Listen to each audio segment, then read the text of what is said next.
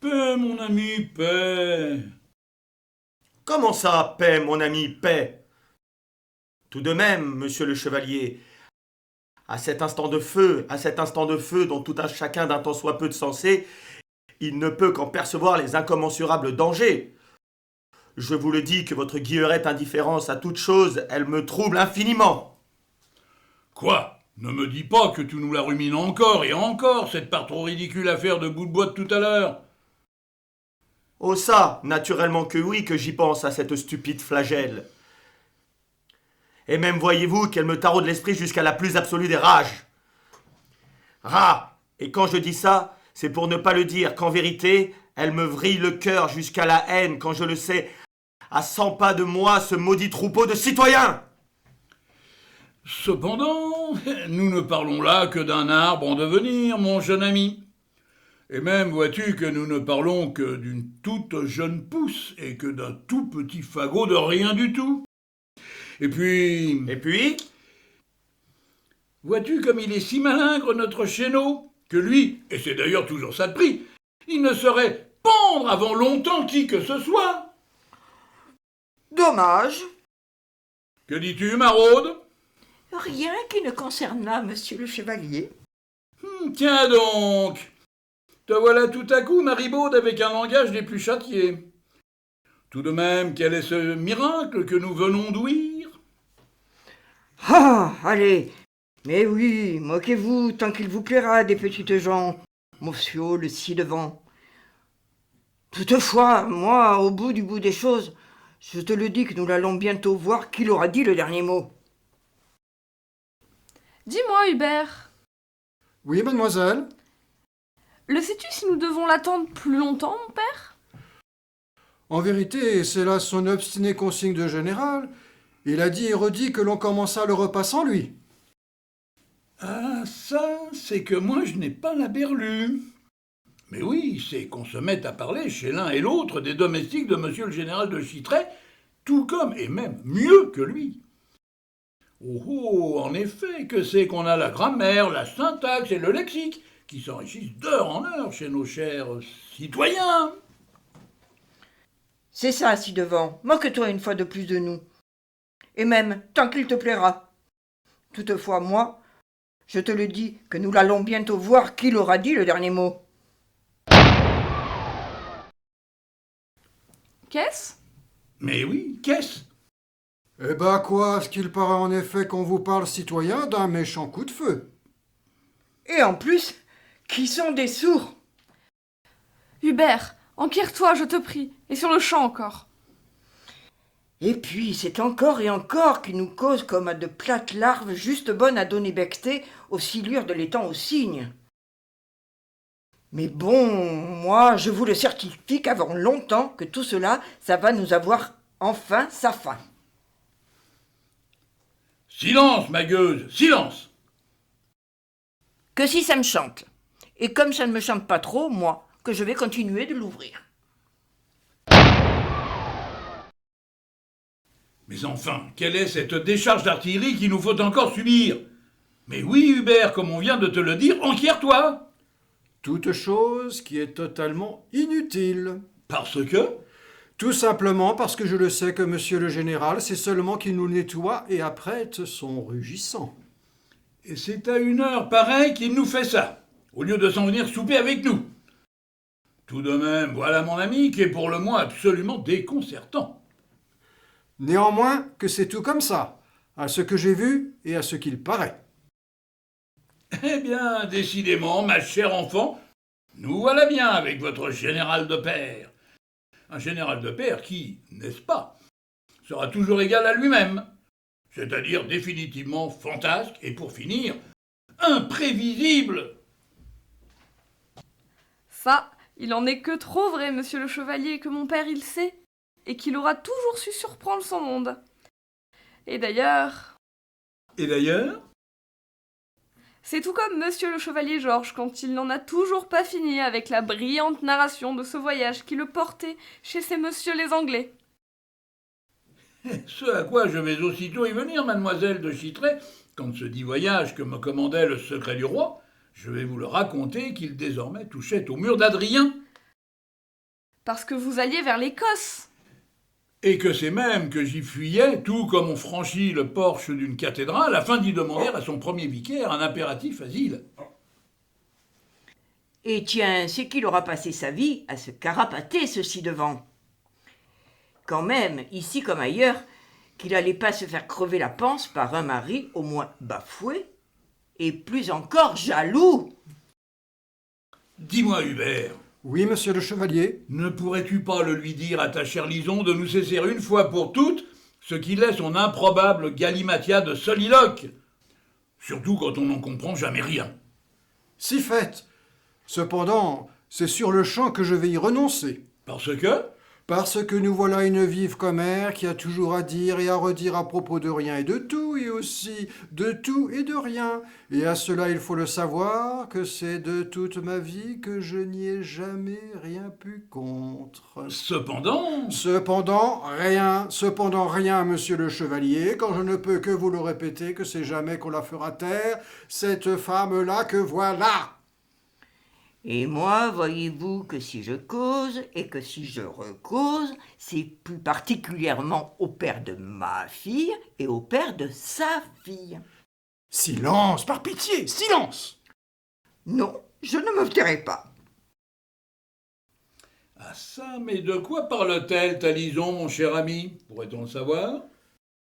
Elle parle de rien quand elle en revient, hélas, à ses éternelles divagations. Qui sont? Seulement certaines idées fixes qui sont celles qui, comme tout à chacun d'un peu instruit le sait, vous bercent et puis vous désespèrent la navrante carrière de toute vieillesse. Ah, je vous le dis, le traître que voilà, quand il veut me faire passer aux yeux de tout le monde pour une simplette de démente de vieillasse. Mais bon, toi, compte sur moi, mon filou de mildiou de bélitre, que tu ne l'emporteras pas au paradis. Et ça, qu'il existe ou qu'il n'existe pas, ce film paradis au curé. Et... Oui, Maxime? Et une fois franchi le mur d'Adrien, que se passerait-il, monsieur le chevalier Georges? On m'accueillait. Non, on me recueillait. Oh oh, le voilà, ce chevalier. Cet impénitent coureur de jupons? Une fois de plus gratifié, Des douceurs d'une femme. C'est alors que je connaîtrai... Au pied de cet escalier. De douces inclinaisons? quand on veut batifoler, Et déclarer sa flamme. la plus accorte des fermières. Allons, avait-elle, n'est-ce pas, des mains de crème? Un giron de diablesse? une bouche telle un gouffre, Et des cuisses très musculeuses. Afin que d'en être son intime. Et cette papaline, la dégustions-nous pour quelques heures? Ou pour quelques jours? ou pour quelques semaines. Ou pour quelques mois. Allez, ce sont là sans aucun doute nos amusantes mais néanmoins inutiles questions. Et pourquoi pas aussi méladre pour toute une vie? Que nenni que tout cela, mes bons amis? Un voluptueux délice d'en-cas d'une nuit que cela serait que cette pendante affaire-là. Parce qu'il fallait renoncer au bonheur. Aux turbides convulsions de l'amour? Quand il fallait de nouveau la fuir cette haine, Qu'on avait encore à l'encontre d'un certain agent du roi de France. Sans doute que oui, mes excellents que vous êtes, quand cet anglican de Lord Canterbury, il nous avait en effet stipendié certains sicaires qui tiendraient tous parole. Et pourquoi cela qu'on tiendrait parole, quoique nos sicaires ont tenté de les gagner à ma cause? De cette manière-ci, sonnante, ou, de cette manière-là, trébuchante. Pardi et tout simplement parce qu'il fallait incontinent qu'il rendît compte et gorge ce damné de papiste de chevalier du pape. Ce qui veut, naturellement et subséquemment, dire qu'au petit matin suivant, j'embarquai. En vérité, juste à temps, sur cette barque, puis sur ce deux-mâts, puis sur ce pont qui sentait sa caque et sa morue d'hier, ou plus certainement d'avant-hier. Ah, et c'est ici que me voilà tout bête, mes chers amis, quand je lui ai oublié son nom, à ce si brave deux-mâts qui me sauvait la vie. allez, il y a que moi, pas que je l'ai oublié le nom à votre bateau. Et ni moi non plus. Tant vous nous aimez de toujours à nous les raconter vos exploits de putrelles, De coureuse de rempart, de marquises, de comtesse, et même de bourgeoises, qui se font... sous-maître, maître et pour finir, des maîtres. Citoyen! Oui, Hubert? Eh tiens, c'est le Poséidon qui se nommait votre navire qui pue sa caque et sa morue d'hier et d'avant-hier. Le Poséidon, dis-tu? Mais oui, c'est exact, c'est bien ça. Bravo, mon ami. C'est ici que je loue ta mémoire, vois-tu? Encore. Mais enfin, Hubert, à ce qu'il paraît, nous en sommes rendus à l'heure du dîner, et pas à celle de la chasse. Morne-couille, vois-tu, je commence à grandement m'inquiéter. Alors c'est de toute urgence que tu devrais monter voir ce qu'il nous invente de possiblement vicieux, notre général. Bon sang de bois, tout de même, j'espère qu'il ne cherche pas à nous mitrailler le citoyen en goguette depuis la fenêtre de son premier étage. Si cela était, mes enfants, je vous le certifie que nous irions tout droit à la catastrophe. Bon, à vrai dire, de ça il y a que j'en doute. Et que c'est même que j'y crois pas du tout. Et moi, hélas, beaucoup que si, quand je ne le connais que trop bien, notre général. Hubert, pour notre paix à tous, je t'en prie, va nous jeter un œil chez monsieur de Chitray, des fois qu'il aurait l'esprit traversé par quelque consternante folie. Ah ça, par le sang du Christ, mais oui, Hubert, il y a que je pense tout comme monsieur le chevalier. S'il te plaît, monte sur le champ voir ce que fabrique mon père de peut-être tortueux. Et puis, c'est alors que tu nous rendras compte aussi vite que possible. Fort bien, puisqu'il le faut donc, j'y vais. Quant à toi, Quant à moi, viens par ici avec moi. J'ai, vois-tu, certaines urgentes choses à te dire. ça tombe bien, moi aussi. Et Et, Tolède, monsieur le chevalier?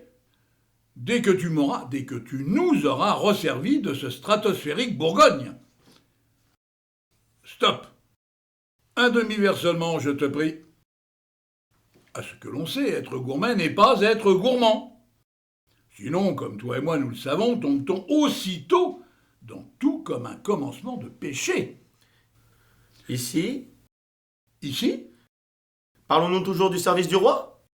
et de son secret plus que jamais. Divin ce vin. Tiens, je vais céder cette fois à la gourmandise et donc au péché. Allez, hâte-toi, je t'en prie de me resservir un autre demi-verre, mon jeune ami. En vérité, monsieur le chevalier? si nous parlons bien du service du roi, toute chose dont je ne te dirai jamais rien ainsi que tu ne peux que t'y attendre, j'avais à accomplir une seconde mission. La vraie! Pour quel motif? Une affaire d'honneur. Auprès de qui? Dona Teresa. Qui sera... Disons, sa grandesse, Où l'a connue de vous? à Versailles. Et quand cela? Quelques 16 années auparavant, Pour quel motif? service du roi auprès de son diplomate de mari. Service du roi ainsi que je te l'ai déjà dit. Qui en son temps, sans aucun doute.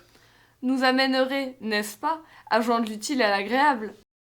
En effet, et pourquoi pas? Le nom du mari, il sera... Don Luis de la Torre.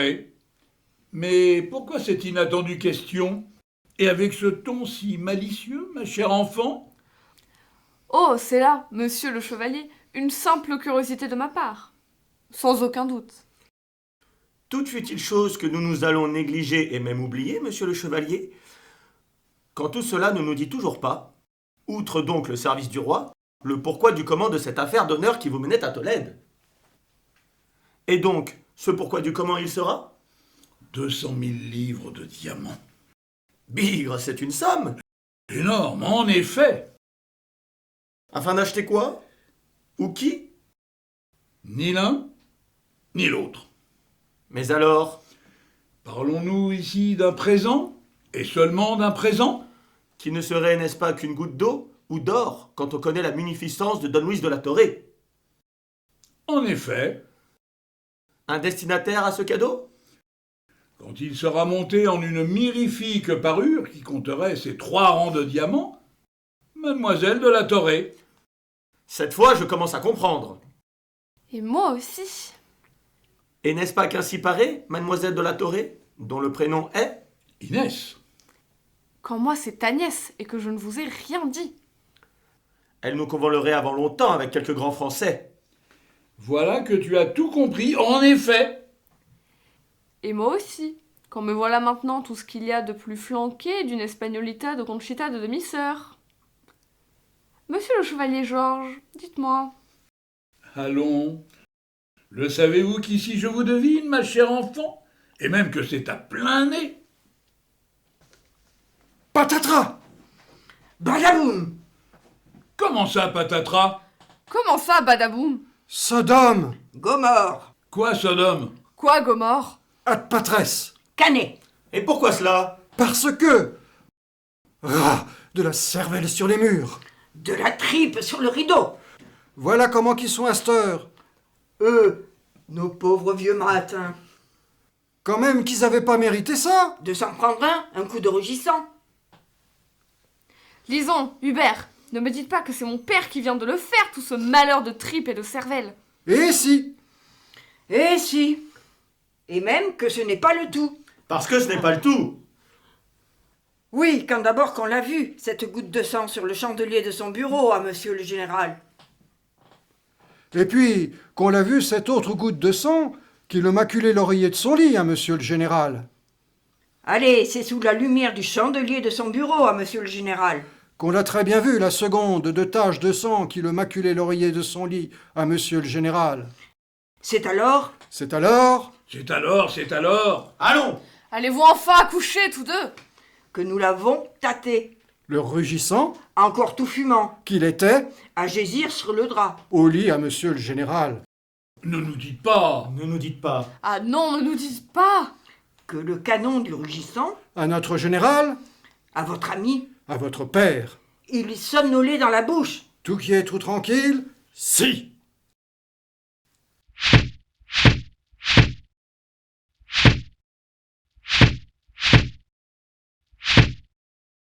Qu'est-ce? Oui, qu'est-ce? Hubert, sauve-nous! Par le Christ sur la Sainte Croix! C'est maintenant qu'il faut la tenir, ta promesse. Oh, moi, mademoiselle Agnès, c'est déjà que je la tiens, voyez-vous, quand je vais seulement vous dire un baluchon pour chacun, le souterrain pour tous deux. Cependant, Hubert, ton souterrain, il est condamné! Et tu le sais tout aussi bien que moi. Non pas. Comment ça, non pas? Pourtant non pas que non pas quand il est tout ce qu'il y a de plus libre. Depuis peu, comme vous le verrez quand vous y serez, il y a un trou d'homme par où que vous pourrez vous faufiler. Ah ça, comment le sais-tu? Je le sais, voilà tout. Tiens, une promesse et un trou d'homme. Notre bonhomme, mon bonhomme, c'est qu'il nous l'a fort bien préparé son coup. Et même que c'est de longtemps. Et après? À sa sortie, 2 chevaux vous attendront. C'est Gaspard qui fera tout comme les amener boire à la fontaine du lavoir. Comme ça, voyez-vous que les citoyens qui vous gardent, ils n'y verront que du feu. Et voilà, n'est-ce pas? Comment on va donc nous l'escamoter, sa fille? Bon sang de bois, que viens-tu de dire, drôlesse? Une certaine vérité. Parce que... Et tiens, Tu veux dire que... parce que vous ne l'aviez pas compris. Parce que vous ne vous en doutiez pas. Maribaude, pas le moins du monde comme je puis te le jurer. Eh bien alors, maintenant, vous voilà affranchi de cette affaire de coucherie à Hubert, monsieur le ci-devant. Moi, c'est tout ce que j'ai à vous dire. Maxime, Quoi, Maxime? c'est ici qu'il te faut choisir. Le Philadelphia. Non, le roi! Tais-toi! Mais oui, tais-toi, malheureux. Maxime, cette fois, il suffit avec ton roi. Ton bras, je te prie. Maxime, on t'a dit ton bras. Voilà qui est mieux. Et maintenant, bon vent tous deux, et sur le champ encore. Eh bien, mes chers enfants, êtes-vous donc devenus des sourds? Hélas, c'est bien cela, cette jeunesse-là, elle est à monsieur de l'épée. Hubert, de grâce, toi, comprends-moi l'urgence et fais-nous enfin quelque chose d'utile. Je m'y emploie, monsieur le chevalier, je m'y emploie. Mais hélas, c'est encore et encore que cette jeunesse-là que vous disiez, elle ne veut point me suivre. Hélas, et ma foi, c'est bien ce que je vois, en effet.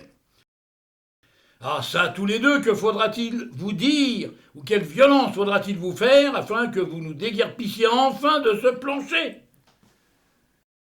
Seulement celle de me le dire Et quoi donc, ma chère enfant? que vous l'êtes mon vrai père, monsieur le chevalier. Oh oh, des pères, et sans que je l'écoute jamais aux portes. C'est que ce soir, il nous en pleut, tout comme dit biblique et égyptienne sauterelle. Mais bon, à cette petite beauté de fille de général, quand même que ça commence à en faire beaucoup des pères. Non, vous ne trouvez pas, vous du public? Mais allez bon, parce qu'il le faut bien, c'est ici que je ne vais écouter que mon cœur. Vous, venez avec moi, mes chers petits, que je vous dis. Avant qu'il ne soit trop tard, je vais vous ouvrir la porte de son souterrain à ce cher monsieur Hubert. Parce que c'est toi qui en as la clé à ce souterrain? Eh oui. Et tiens. Et maintenant, marchons-nous, mes tourtereaux? Dès que monsieur le chevalier, il m'aura enfin répondu. Ce qu'il ne fera pas. Parce que... Il ne l'a point, cette tache de naissance que tu as en bas de ton dos. Parce qu'Hubert, tu me tutoies maintenant. Sans doute. Et de quel droit? De quel droit, dis-tu? Oui, je le dis. Et donc? Quoi? Ne me dis pas que... Et si, ma chère enfant? C'est bien Hubert qui l'a, cette tache de naissance, celle que moi je n'ai jamais eue.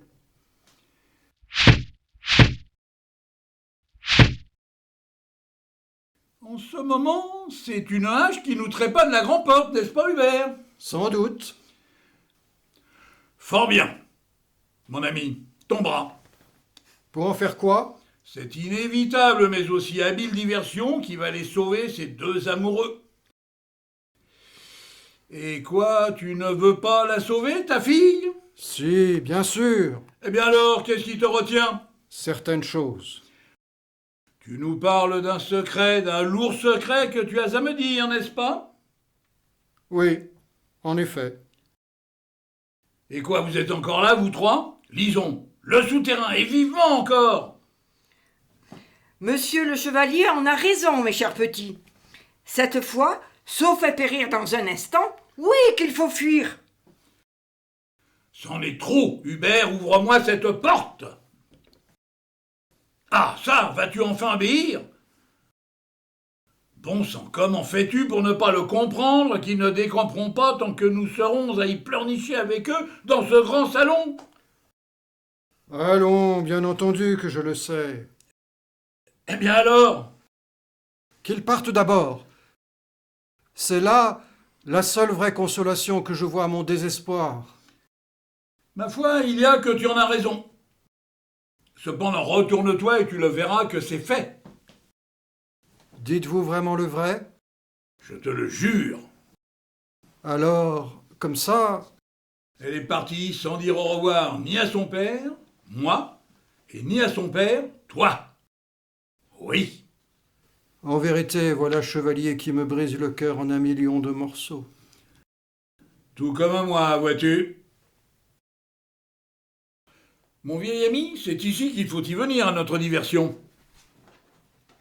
Es-tu toujours d'accord de la commettre avec moi, ou souhaites-tu, pour finir, laisser tomber l'affaire? Non, je n'ai pas changé d'avis. Parfait. Eh bien alors, donne-moi le bras et marchons.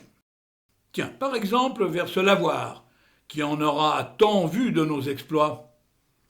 Des exploits qui auront été surtout les vôtres. Et tout autant les tiens, quand, et tu le sais aussi bien que moi, nous aurons tous les deux passionnément aimé la même femme. Il est vrai. Une femme que, par ailleurs, ce quelqu'un que nous connaissons fort bien tous les deux aura bel et bien assassiné. N'est-ce pas? Non pas. Comment ça, non pas? Allons, me prendrais-tu à cet instant pour l'idiot du village ou le roi des demeurés? Non pas. Eh bien alors, elle est cachée sous quel boisseau, la vérité? Ta vérité? Et si je vous le dis qu'il manque une arme au râtelier de l'armurerie de monsieur le général, vous ai-je un tant soit peu levé un coin du voile? Bah, si tu nous parles du rugissant, voilà qui ne m'avance en rien. Sauf que je ne vous parle pas du rugissant. Donc tu nous parles de quelle arme qui nous aurait fait défection? Je vous parle de cette arbalète qui lui manque depuis presque 18 ans à l'armurerie de monsieur de Chitray. Et toi, tu le sais, quelle malfaisance elle aura pu commettre, n'est-ce pas? Et tu le sais aussi où elle est, n'est-ce pas aussi? En effet.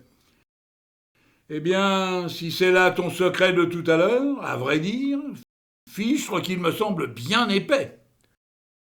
En êtes-vous si sûr, monsieur le chevalier Georges? Tant que tu ne l'éclaireras pas mieux, ma lanterne, oui. Et si je vous dis que cette fichue arbalète, elle somnole au fond de l'étang aux cygnes, qu'en pensez-vous? Que je m'attiédis, mais que je ne brûle pas encore. Et si je vous le dis qu'on est en train de viser une femme qui s'avance les larmes aux yeux sur la neige, cette fois, qu'en pensez-vous? Que cette fois, mon cœur commence de brûler dans la douleur, quand je le comprends qu'il ne peut que la viser, cette femme. Ma foi, voilà qu'il est vrai que vous avez fait un grand pas vers la vérité, monsieur le chevalier Georges. Mais il y a que je me fourvoie encore un peu dans quelques chemins de traverse, n'est-ce pas? En effet. Oh oh, sais-tu qu'on nous vise? Tant mieux! Et que c'est dans un instant que nous allons rejoindre Sodome et Gomorrhe. Tant mieux! Aïe! Quoi, aïe? Parce que toi, tu es de bois, quand moi j'ai reçu une balle dans la cuisse gauche qui m'a fait un mal de chien. Allons, chevalier Georges. Sans doute que non, que je ne suis pas plus de bois que vous quand j'ai déjà le sang à la bouche et que cela m'étouffe. En vérité, toute chose qui me navre et me désole, vois-tu. Cependant, citoyen, Nous parlons d'une bouche qui est la tienne et qui pourrait, par exemple, me dire quoi avant qu'il ne soit trop tard? que par exemple que la femme que nous avons tant aimée tous les deux, elle se jetait ce matin-là de froid et de neige entre vous et monsieur de Chitray, afin de vous sauver la vie, au prix de la sienne. Eh, je vous ai causé, chevalier. Ah ça? Êtes-vous donc sourd? Oui, il est sourd. Non, il est mort. Et pour finir, par le Christ en croix, il y a maintenant que moi aussi.